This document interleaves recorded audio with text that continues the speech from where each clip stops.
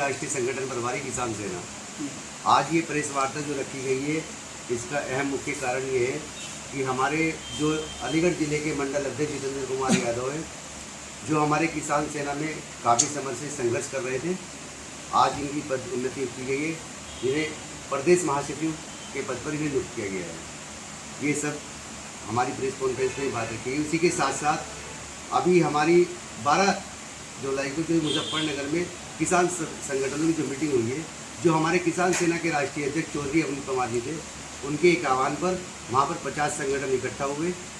वहाँ पर 50 संगठन इकट्ठा होने के बावजूद, जैसे अभी सभी को मालूम है, आप मीडिया के माध्यम से ये बता देना चाहता हूँ, जो अभी चंडीगढ़ में मीटिंग हुई थी 25 तारीख को और 2 तारीख को, वहाँ पे देश बचाओ आंदोलन का नाम दिया गया, जिसमें नाम रखा गया देश बचाओ किसान मोर्चा। इसी तरीके से हमारे उत्तर प्रदेश के जो हमारे किसान सेना के राष्ट्रीय अध्यक्ष 50 संगठनों ने उनका समर्थन किया और उसमें नाम दिया गया देश बचाओ किसान मोर्चा, जिसमें जैसे कल की जो तारीख है 15 तारीख, देश में क्या हो रहा है, तो देश बचाओ किसान मोर्चा का आह्वान किया। देश बचाओ मोर्चा का जो आह्वान दिया गया है, जैसे अभी हमारे देश के प्रधानमंत्री अभी हमारी अमेरिका से ट्रेड डील पे जो इनसे समझौता करने जा रहे थे, पिछली तारीख को 21 तारीख को जो समझौता कर रहे थे, अभी जब हमारे देश के किसानों ने आंदोलन का एक निर्णय लिया, तभी वो डील कैंसिल कर दी गई। उस डील कैंसिल होने पे उन्होंने कहा कि 25 तारीख में हम इस मीटिंग को रखेंगे। जो अमेरिका के मंत्री अभी ये डील जो फाइनल कर रहे हैं 25 तारीख इन्होंने दे दी, इसीलिए हमने इस पे आंदोलन का आह्वान किया गया। जो हमारे राष्ट्रीय अध्यक्ष है, पूरे देश के जो राष्ट्रीय अध्यक्ष जो मोर्चा बनाया गया उनके अध्यक्ष, उनके आह्वान पर आपको जिम्मेदारी क्या क्या मालूम करा? मैं जितेंद्र कुमार यादव संगठन ने, किसान संगठन ने मुझे माननीय राष्ट्रीय अध्यक्ष अनिल कुमार जी के कहने पर प्रदेश महासचिव की जिम्मेदारी सौंपी है।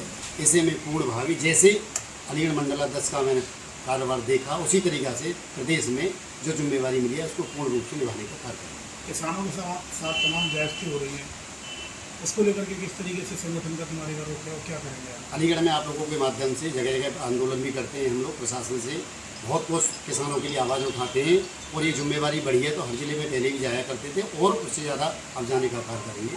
नेताजी, सबसे बड़ा सवाल ये है कि इस साल जो है किसानों की सबसे ज़्यादा फसल खराब हुई है। पूरी साल की फसल बारिश होने की वजह से नाज भी खराब है। इस चीज़ को लेकर आपने कितने मुद्दे उठाए अब तक और कौन कौन सी समस्या आपने अपने संगठन को बताई? अलीगढ़ जिले में कई बार डीएम साहब बदल गए, लेकिन हमने हर डीएम साहब जो भी अलीगढ़ के अंदर आए उन्हें ज्ञापन के माध्यम से अवगत कराया, धरना प्रदर्शन किया और उसकी हमने फोटो कापी भी। आज तक किसी भी जिलाधिकारी ने उस पर कोई निर्णय नहीं लिया गया, चाहे बरसात हो चाहे गर्मी हो।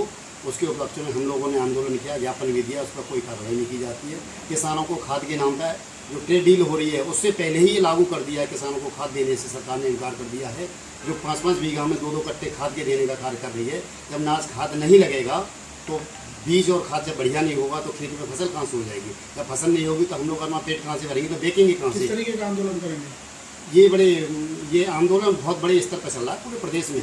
2027 जो चुनावी साल है जी, किसान किस तरह देख रहा है, अपना भविष्य कहाँ देख रहा है कि भारतीय जनता पार्टी में उसका भविष्य सुरक्षित है आने वाले समय में?